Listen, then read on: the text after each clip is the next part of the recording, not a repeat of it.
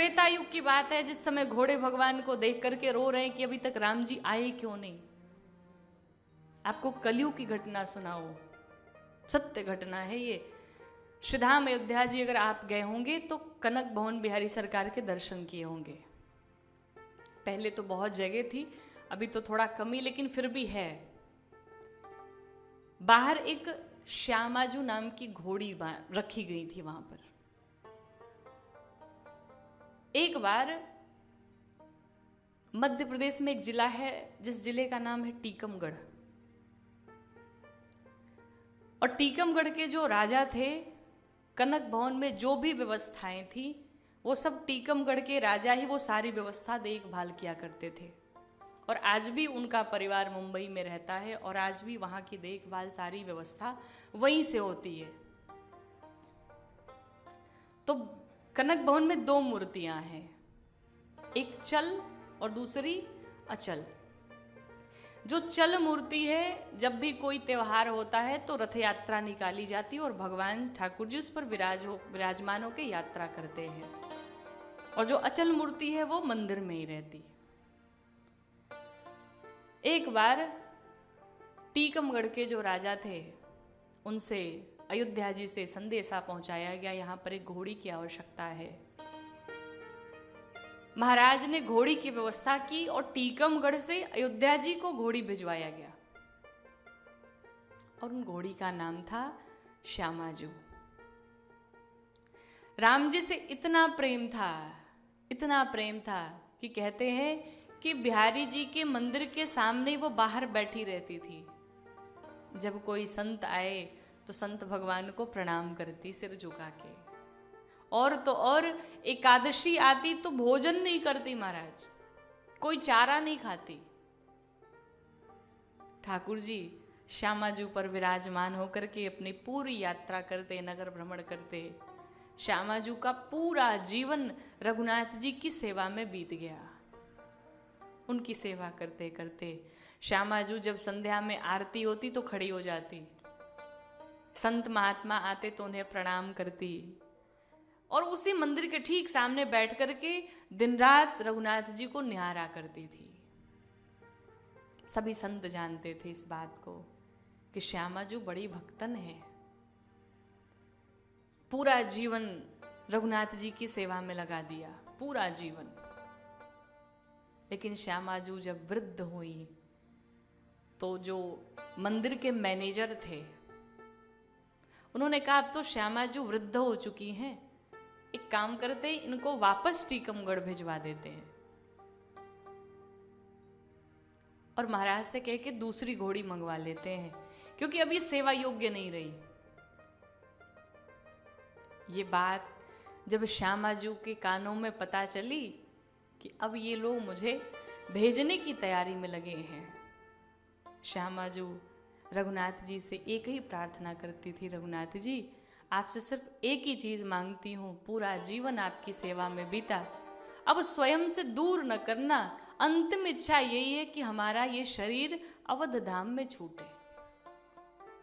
रघुनाथ जी बस एक ही प्रार्थना है, हमारे प्राण अयोध्या जी में ही छूटे। लेकिन जब ये बात श्यामाजू को पता चली कि अब मुझे भेजने की तैयारी की जा रही है, 3 दिन पहले जो मंदिर के मैनेजर थे, टीकमगढ़ उस समय फोन तो था नहीं, तो पत्रिका भिजवाई, महाराज आपकी घोड़ी अब वृद्ध हो चुकी है, श्यामाजू वृद्ध हो चुकी हैं और अब आप इन्हें वापस ले जा सकते हैं, इनके वापस भिजवाने की तैयारी की जाए। जो टीकमगढ़ के राजा थे उन्होंने आदेश दिया, एक काम करो, जो रेलगाड़ी का एक डब्बा है वो बुक कर दो और उसी में श्यामाजू को बिठा करके भिजवा दो, हम दूसरी घोड़ी भिजवा देंगे। जाने से 3 दिन पहले ये बात पता चली श्यामाजू को, और जैसे ये बात पता चली श्यामाजू ने दाना पानी खाना पीना सब छोड़ दिया, बैठ करके मंदिर के सामने रोने लगी। रघुनाथ जी क्या अपराध हो गया हमसे, रघुनाथ जी हमारी सेवा में कोई कमी रह गई, हमारे प्रेम में, हमारी निष्ठा में, हमारी श्रद्धा में क्या कमी रह गई। जो पूरा जीवन आपकी सेवा में बिताया और जब अंत समय आया तो आप हमें त्याग रहे हैं। प्रभु, मैं यहां से जाऊंगी नहीं। अगर मैं गई तो मेरे प्राण इसी अवधधाम में छूटेंगे। मैं आपको छोड़ के कहीं नहीं जाऊंगी। श्यामाजू ने खाना पीना चारा सब छोड़ दिया। लोगों ने बहुत प्रयास किया उन्हें खिलाने का, पर कुछ नहीं, पानी तक नहीं पिया।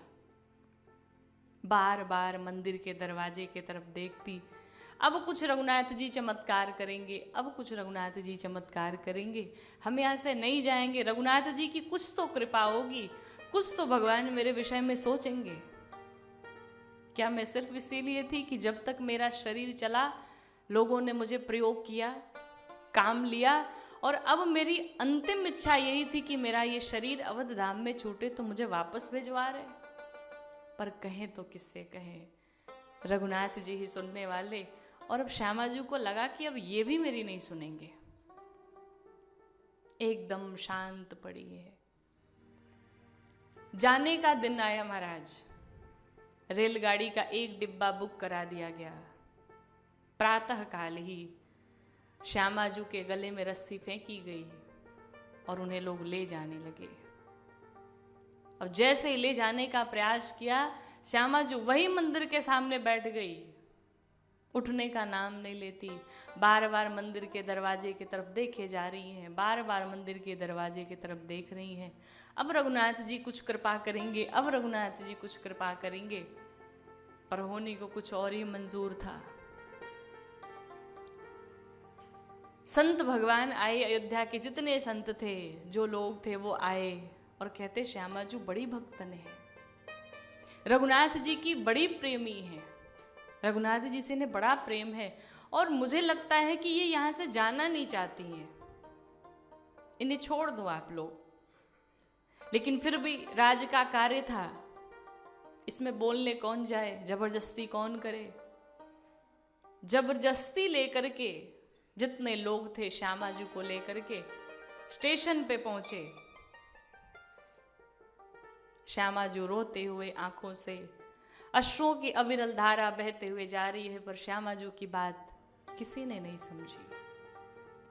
एकदम एक मुर्दे की तरह जैसे उनका शरीर हो गया एकदम शांत। कहते हैं कि मुर्दे की तरह है शांत पड़े, मुर्दे की तरह है शांत पड़े, उससे पर देह न छोड़ा गया। मुर्दे की तरह है शांत पड़ी, पर शरीर नहीं छूटा, शरीर नहीं छोड़ा गया। बार बार भगवान से प्रार्थना करती, प्रभु अब ये प्राण निकल जाएं, अब ये प्राण निकल जाएं, पर वो प्राण नहीं निकले। कि तन तो मजबूर राजेश रहा,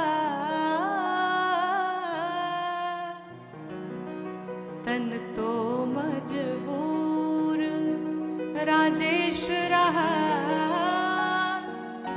मन को नहीं भावों से जोड़ा गया, तन तो मजबूर। शरीर मजबूर है, कहें किससे, बोल नहीं पाती, किससे कहें, कौन मजबूरी समझे। उनके भावों को, उनके एहसासों को कोई समझ नहीं पाया। भगवान के प्रति कितना प्रेम है, इस बात को कोई नहीं समझ पाया।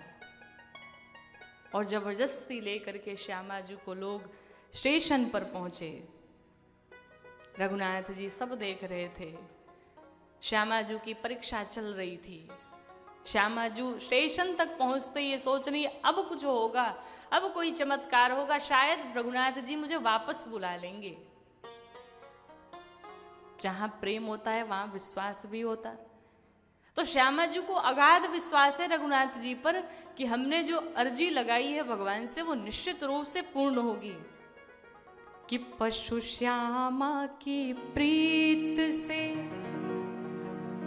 पशु श्यामा की प्रीत से जो था ये जुड़ा,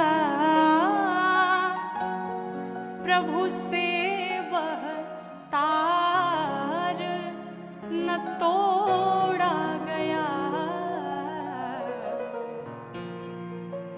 भगवान भी उधर देख के दर्शन कर रहे हैं श्यामा जी की उस प्रीत को, उस प्रेम को, उस श्रद्धा को, उस निष्ठा को, उस समर्पण को। भगवान भी दर्शन कर रहे, पर परीक्षा चल रही है। श्यामा जी स्टेशन पर पहुंची, लोग लेकर के पहुंचे। रात्रि के समय वो रेलगाड़ी आई, तो उस समय स्टेशन था फैजाबाद। अब तो मिल गया, लेकिन पहले स्टेशन था फैजाबाद।